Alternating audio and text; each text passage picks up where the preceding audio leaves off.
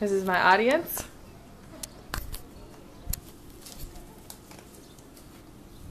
It is frightening to me to see that the U.S., as a developed country, has higher rates of teen pregnancies and sexually transmitted diseases than other countries of the same caliber. What this all boils down to is a lack of education. Compared to the other developed countries, America does not place as much importance on education as general, especially sex education. This is one small facet of our federal and state policies that must change. Most everyone has probably had some type of sex education, either from teachers or parents. Those who haven't are at risk and usually end up as a statistic. I have researched extensively about both comprehensive and abstinence-only sex education, and I feel that I am now qualified to make an argument on this topic. Current U.S. policies regarding abstinence-only sex education are outdated, and states should all switch over to comprehensive sex education. Today we will examine different types of sex education, U.S. and state policies regarding these educations, and ways that these policies could be changed for the better. According to the Guttmacher Institute, there are two main types of sex education that are focused on by the government. Comprehensive sex education, which is teaching students about abstinence, but also including education on different contraceptives, and abstinence-only education, which focuses on only teaching students about abstaining from sex altogether. Of these two types of education plans, comprehensive sex education can be the most complex in that there are many different types, and many states differ on what is mandated. Some only give information about condoms, while others go into detail about birth control, IUDs, and forms of sterilization. Most types of comprehensive sex education must be medically accurate. For instance, information from a study done by Advocates for Youth showed that Minnesota's sex education program was called Education Now and Babies Later. The program focused on teaching about sex so that hopefully students would wait until they were ready to have babies. Although it is no longer funded, the program did help kids to be able to communicate better with their parents about sex. On the other side of the spectrum, there is abstinence-only education. Linda Lowen, the author of the article 10 Arguments for Abstinence, states that abstinence-only education purely focuses on teaching students that abstinence is the only 100% way to prevent pregnancy and STDs. However, this is the only thing taught in abstinence education. Students are not informed about how to use birth control if they were to have sex, only that they should wait until they are married. Learning about the types of sex education is the best way to understand differences between states and the policies they mandate. In the article Abstinence Only and Comprehensive Sex Education by Pamela Kohler, she states that in 2008, the federal government allocated $204 million to fund abstinence-only programs in various states. This seems perfectly fine until it is made known that there is no funding for comprehensive sex education programs. Now, because of state rights, each state can accept or decline this funding as they choose. This map from Planned Parenthood shows the states that are declining abstinence-only funding. The pink are the states that are declining the funding. The blue dot are states that are considering proactive sex education legislation, and the states with the red triangle are the top 10 highest states with teen pregnancy rates. Now make note of these southern states because you might see a trend becoming. The next maps and photos are all from the National Center for Disease Control and Prevention.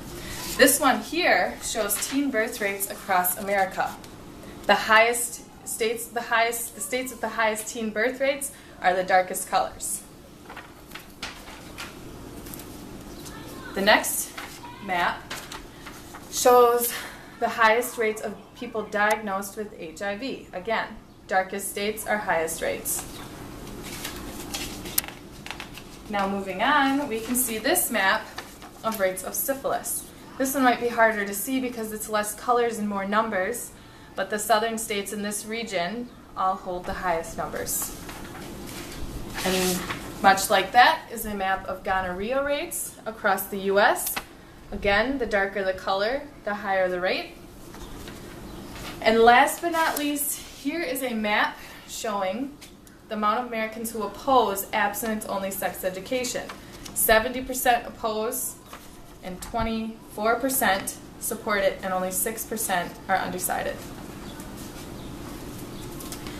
I hope it was apparent what trend I was talking about earlier after seeing these pictures. There's no disputing the fact that states that only teach abstinence-only education, which are predominantly in the South, have higher teen pregnancy and STD rates. Now that you know how states are dealing with sex education and the trends that are apparent, let's dive into what could be done to combat these trends and their impact. The federal government offers funding to states that opt to teach abstinence-only education. However, the numbers show that if these states taught comprehensive sex ed, they could save more money than what the government is giving them. In a study done by the National Campaign, in which they assessed the public costs of teen childbearing by state, they found just how much it costs citizens when teens are pregnant. Minnesota, a state that teaches comprehensive sex education and ranks in the 10 lowest in terms of teen pregnancy rates, only pays about $173 million in teen childbearing costs, where the burden of that is put on the taxpayers. In comparison, Texas, a state where abstinence-only sex education is taught and has the second highest teen pregnancy rate, spends $1.2 billion on teen childbearing costs. According to the Minnesota Department of Employment and Economic Development, the population of the state is about 5 million, whereas Texas has a population of about 6 million, which is about 5 times that of Minnesota. It makes sense that a larger state would have higher teen pregnancy rates. However, if abstinence-only education was working at preventing teen pregnancy, then these two rates should be proportional. It, however, is not proportional. Texas's population is 5 times bigger than Minnesota's, but the cost its taxpayers must bear is 18 times larger than that of Minnesota. Clearly, abstinence-only education does not stop teenagers from having sex, and the result is that they don't know enough about contraceptives and therefore get pregnant. Since these young people cannot afford all the costs of childbearing, the cost gets dispersed to the taxpayers of each state.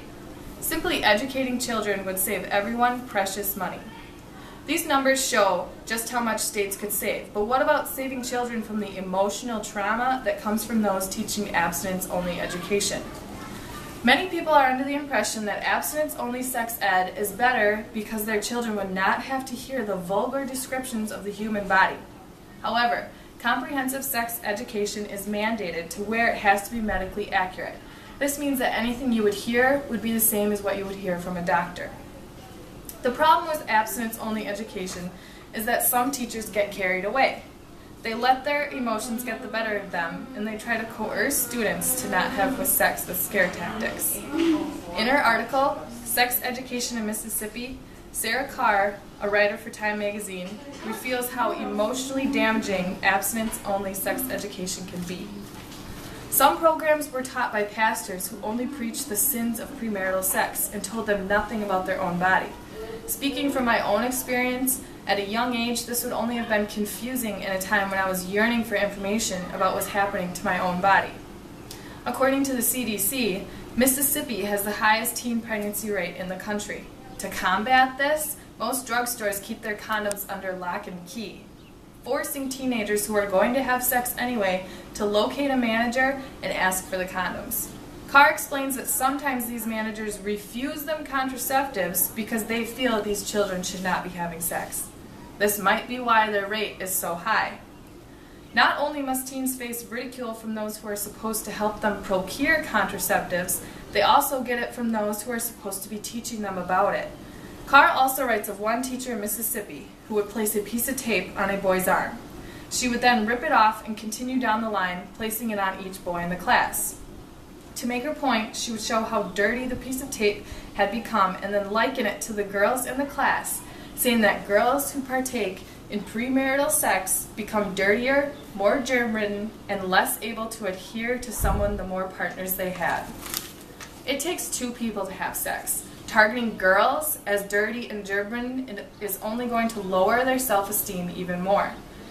These are the girls who are going to want more attention from the opposite sex to feel better and will make bad choices. If we want to lower teen pregnancy rates, instead of bullying girls, we should tell them about their bodies and try our hardest to make them as confident as they can be. Confident girls are more likely to respect their body and wait until they are with someone they love. Bullying and scare tactics don't seem to work either to prevent teen pregnancy and STDs. Arming students with the knowledge they need is the only way. It is undisputable that abstinence is the best way to prevent unwanted pregnancies and STDs. However, we need to face the facts that kids are going to have sex. So why not arm them with all the information they need about forms of birth control and ways to prevent disease?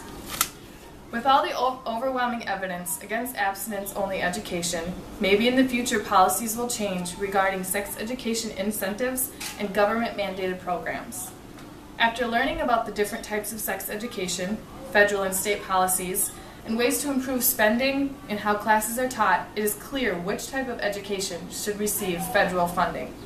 The next time you see a young girl who is heavily pregnant, do not ridicule her or say bad things about her back. Instead, pity her, because chances are she did not receive proper education about sex and did not have the necessary information available to her.